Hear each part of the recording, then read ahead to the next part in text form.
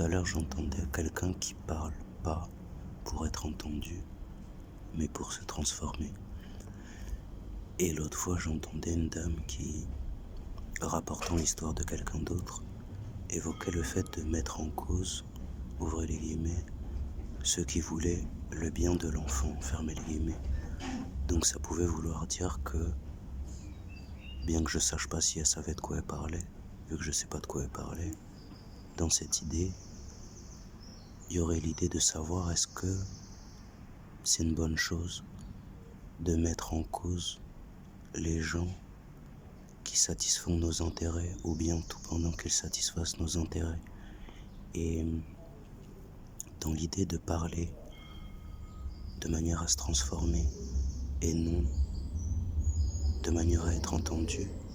peut-être que parfois ça peut vouloir dire le fait de dire des choses qui ne soient pas entendables pour certains, ce qui rejoindrait la réflexion autour de est-ce que toute vérité est-elle bonne à dire ou non? Est-ce qu'il n'y a pas une façon de le faire au sens où la vérité n'est pas la réalité de ce qui est vécu par qui aurait envie de vouloir s'ingérer dans l'histoire des autres pour ne pas avoir à voir ce qui serait vécu par soi-même en fait. Et c'est bien ce truc-là qui fasse que au moment où toi-même tu seras en mesure de pouvoir vivre ce qui aurait à être vécu, tu comprendras que